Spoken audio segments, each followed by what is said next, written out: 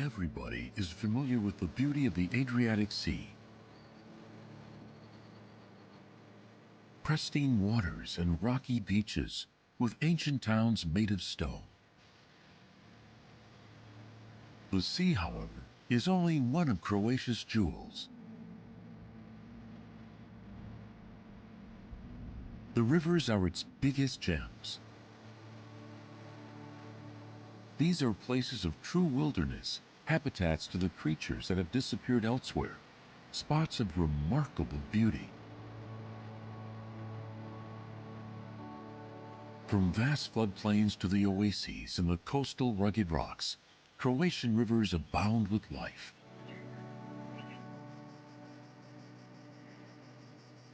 For many wild animals, these rivers are its only home.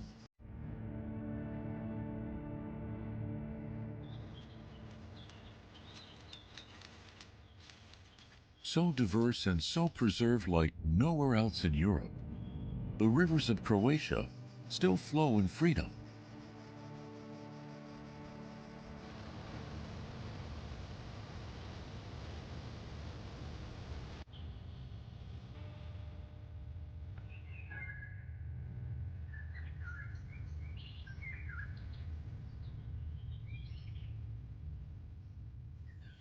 In the very north of the country, the Drava flows through a cultivated plain. With its flow, the Drava forms a natural border with Hungary. While European lowland rivers have largely been destroyed by dams and regulations, the Drava has been mostly shielded from these deadly shackles. The Drava carves its own way through the soft land, sand, and gravel that she has deposited here through the millennia. She has carried rocks from the Alps, crumbling them in her foaming womb, and leaving them behind in the form of sand or gravel. Here, the river is free to choose its own way and to make a border for herself. The Mura-Drava confluence has changed its location several times in the last 100 years. Here, the Drava has enough space to create new habitats and continuously renew old ones: sandbars, steep banks, side arms, dead arms, and forest. These scenes look like the apocalypse, but are in fact scenes of birth. This is the key to its biodiversity. When the water is low, sand and gravel bars rise up from the river, resembling lifeless deposits of sediment. Plants, however, instantly begin to conquer the barren gravel. Parched in the sun and with little soil, only the most resistant will succeed. They are growing fast, forming thick underbrush and preparing the soil for other plants. Birds visit the gravel bars to feed on tiny animals that the river has ejected. A little ringed plover seems to be emerging from the gravel on the gravel bar that is still not overgrown. After mating, the female is now lying on her eggs. She has just dug away a few of the pebbles and laid down the eggs amongst them. Her eggs can be hard to distinguish from the pebbles. This protects them from potential predators. When she catches sight of potential danger, she sits on the fake nest to draw attention away from the eggs. She also draws attention to herself by faking a broken wing. As soon as she feels that the danger has passed, she quickly returns to her real nest. Several other bird species have found their home and nesting place on the Drava's gravel bars. The common tern is one of them. She loves company, so 30 pairs make their nests here. Their number increases their safety. The tern's eggs are also nested on the bare gravel. The bar is protected from the predators from the mainland, but if necessary, the parents of the tern will ferociously protect their offspring. Several weeks later, young chicks hatch from the eggs and now wholly dependent on their parents. Parents are also the only protection from the unrelenting sun, which is so strong that the pebbles are glistening from the heat. The terns fly around patrolling for fish. They can hover in the air while scanning their prey. But this is not their only weapon. A deadly combination of speed, agility, and teamwork makes them mighty hunters. When they locate a shoal of fish, an air assault begins. Like bombs, the terns plunge into the water. They dive and catch fish in their habitat with ease.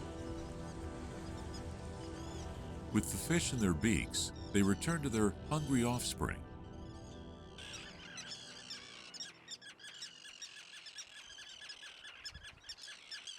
The youngest birds awkwardly swallow their first meals.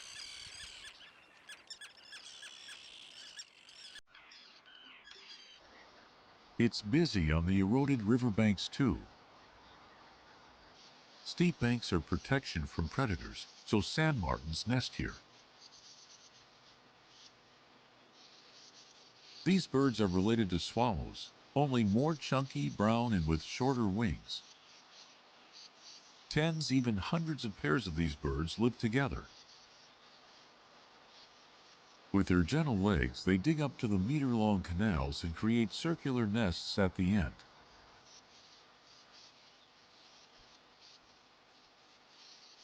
Now in late spring, the offspring are nested and need to be fed all the time. The traffic around the colony is reminiscent of a beehive. The parents don't need to go far for food. Insects along the river's surface are easy and tasty prey. Flies and mosquitoes are most often on the menu. Just one couple of sand martins can eat 1,000 bloodthirsty mosquitoes. The hungry chicks wait impatiently. They nearly fall down from the hole while the parents feed them a tasty bite. Bee eaters are more colorful but smaller in number. They also dig canals and build their nests at the end of the tunnel. Before mating, the male must prove that he is worthy of the female, so he brings tasty food. A bee, axis, fly, bumblebee, a big dragonfly, or even a dangerous hornet for his future partner. Only then can he become a father. A sidearm branches out from the main river course and flows through the floodplain. It often meanders parallel to the main channel.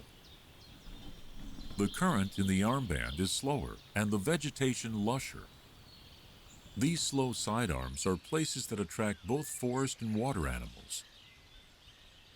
Snakes swim through the water while deer and roe deer come to the pasture to enjoy the tasty fresh willow branches.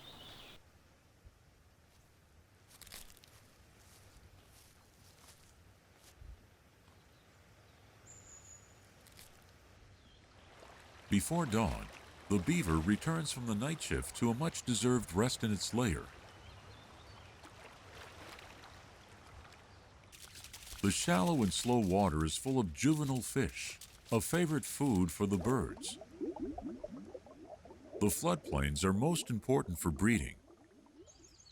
Wetland birds come here from the nearby nesting areas to feed in peace. The black stork is a rare and timid bird, but unlike the gray heron, her hunt is explosive. Little egrets perform a magnificent ballet dance.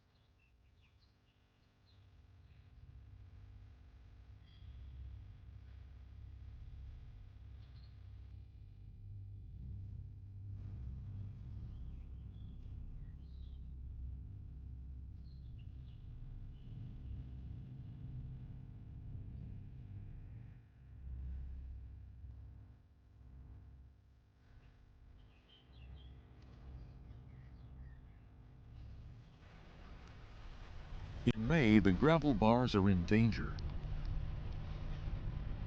The water increases to dangerous levels. Snow melts on the mountains where the rivers have their source.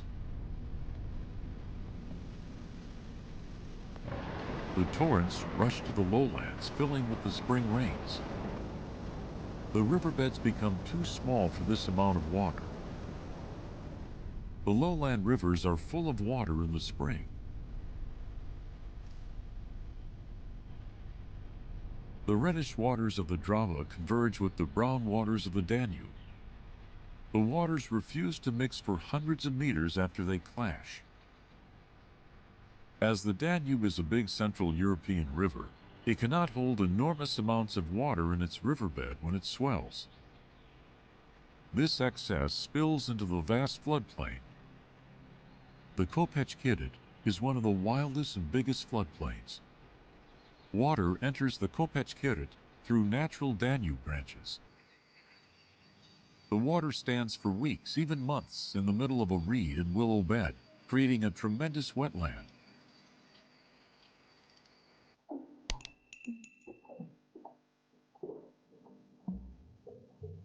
This is now a heaven for amphibians and reptiles. The water is still cold, so the European pond turtle climbs onto the driftwood to sunbathe. During strong floods, the surface area gets smaller, so the turtles must huddle next to one another on the driftwood to warm up. Green frogs do not mind cold water. These greedy hunters wait in a frozen stance and then explosively jump on the insects. A female dragonfly lays eggs in the water. However, she needs to be careful not to become lunch for the hungry fish. An abundance of fish, amphibians, and reptiles attracts a lot of wetland birds. Significant biological diversity ensues. Nearly 300 bird species are found in the Kopečkidet. Not only have plants and animals adapted to the long-lasting floods, but these waters are keeping the Kopečkidet's exceptionally rich ecosystem alive. As the wave passes by, part of the water retreats back to the river, and only deeper ponds are left behind. The sun slowly drains the remainder of the Kopečkidet. Wild boars approach the muddy sidearm. In early spring, the females lead their young to feed.